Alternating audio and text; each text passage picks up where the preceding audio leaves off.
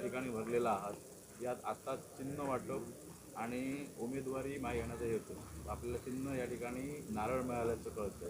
काय सांगाल आणि एकूण तुमच्या मतदारसंघात तुम्ही आतापर्यंत फिरत आहात मतदारसंघातल्या ज्या मतदारांच्या भावना आहेत त्या कशा प्रकारे? माटणे मतदारसंघातून गेली 3 वेळा मी निवडून आलो आहे। 1 वेळा पंचायत समिती, 2 वेळा जिल्हा परिषदमध्ये। आणि मी फॉर्म भरल्यानंतर मला पक्षाकडून एबी फॉर्म मिळेल अशी मला आशा होती, कारण मी भारतीय जनता पार्टीचं गेली 36 वर्ष काम करत असताना एबी फॉर्म मला निश्चितपणाने मिळेल, कारण मला नेत्यांनी सांगितलं होतं की आमच्या भाजपच्या नेत्यांनी की तुम्ही फॉर्म भरा आणि तू राहिला पाहिजे म्हणून मी तो खरा फॉर्म भरला होता। परंतु मला एबी फॉर्म काय आला नाही, त्यामुळे माझा अपक्ष हा फॉर्म गेला। आणि माझ्याबरोबरीनं मी पंचायत समितीमध्ये माटणे पंचायत समितीमधून सुप्रिया नाईक हिचा फॉर्म भरलेला आहे आणि झरेबांबर पंचायत समितीमधून खाली ऋषाली गवस हिचा फॉर्म भरलेला आहे, प्रकाश गवस यांची मिसेस। तर आत्ता कालपर्यंत मी फॉर्म भरल्यानंतर मला काही जणांकडून म्हणजे सांगितलं गेलं काही नेत्यांकडून आमच्या की फॉर्म मागे घ्या, परंतु मी त्यांना सांगितलं होतं की माटणे मतदारसंघातील माझे जे मतदार आहेत, ज्या मतदारांनी मला 3 वेळा निवडून दिलं भरघोस मताने, त्या मतदारांना विश्वासात घेऊनच मी सगळ्या गोष्टी करणार। त्याप्रमाणे मी निश्चितपणाने गेल्या 4 दिवसामध्ये माटणे मतदारसंघातील माझ्या सगळ्या मतदारांना भेटून त्यांचा निर्णय विचारला। त्याने सगळ्यांनी मला सांगितलेलं आहे की तुम्ही निवडणुकीला उभं राहा, अपक्ष राहा, जर पक्षाने तिकीट दिलं नसेल तुम्ही अपक्ष राहा। आणि त्याप्रमाणे मी शेवटी मतदारांचा निर्णय मानून आणि त्यांच्या मताला किंमत देऊन मी आज उभा राहिलेला आहे माटणे जिल्हा परिषद मतदारसंघातून। आणि पंचायत समितीमधून सुद्धा 2 जण आमचे सदस्य आहेत उभे। तर निश्चितपणे आता चिठ्ठी आज इथं तिकीट वाटप होतं। माझ्या तिकीट वाटपाच्या वेळी मला अपेक्षित चिन्ह होतं, सगळ्यांनी मला सांगितलं होतं माझ्या कार्यकर्त्यांनी की नारळ चिन्ह घ्या म्हणून, आणि त्याप्रमाणे मी नारळ चिन्ह टाकलं होतं आपल्या ह्याच्यामध्ये। फर्स्ट प्रेफरन्स हा नारळासाठी होता माझा, सेकंड छत्रीसाठी होता। आणि आम्ही सगळ्यांनी तसं टाकलं होतं की फर्स्ट प्रेफरन्स नारळ, सेकंड प्रेफरन्स छत्री। आणि नेमकं जिल्हा परिषदमधच्या गटामध्ये 2 माणसांनी, अजूनही एका माणसाने कांबळे म्हणून होते त्यांनी RPIचे, त्यांनी पण नारळच टाकला। दोघांची चिन्ह समान असल्यामुळे चिठ्ठी टाकली गेली आणि त्या मुलाने नारळ चिठ्ठी ही माझी काढली गेली निश्चित।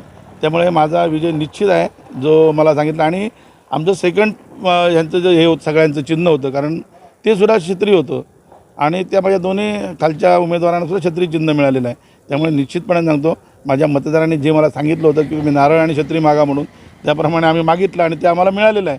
त्यामुळे मतदारांचा आशीर्वादसुद्धा आम्हाला निश्चितपणाने मिळणार आहे आणि मी निश्चितपणाने जिंकून येणार आहे। ओके, आणि माझे दोन्ही सदस्य पण खालचे जिंकून येणार आहेत। ओके, काही दिवस शिल्लक राहिलेले आहेत, आपल्याला मिळालेलं नारळ हे चिन्ह कशा प्रकारे लोकांच्या घराघरात पोहोचवा? खरं तर मी आत्तापर्यंत भाजप चिन्ह प्रत्येकाच्या घराघरात आणि मनामनात कोरलं होतं। ते आता फक्त मला काढताना जरा वेळ लागेल थोडाफार, परंतु निश्चित सांगतो मी तुम्हाला, ह्या माटणे मतदारसंघात नाही तर दोडामार्गमध्ये भाजप म्हणजे राजन म्हापसेकर आणि राजन म्हापसेकर म्हणजे भाजप कमळ। हे आता काही जण छातीला कमळ लावून फिरत आहेत दिखाऊगिरी करायला। आम्हाला कधी छातीला कमळ लावून मी कधी लावलं नाही आणि मला कधी लावण्याची गरजच पडली नाही, कारण संपूर्ण जिल्ह्याभरात ज्यावेळी मी कुठे फिरत होतो त्यावेळी मला बघितल्यानंतर कमळवाला आला असंच म्हणत होते लोक। त्यामुळे निश्चितपणाने कमळ हे माझी चिन्ह सगळीकडे पोचलेलं आहे ह्यापूर्वी।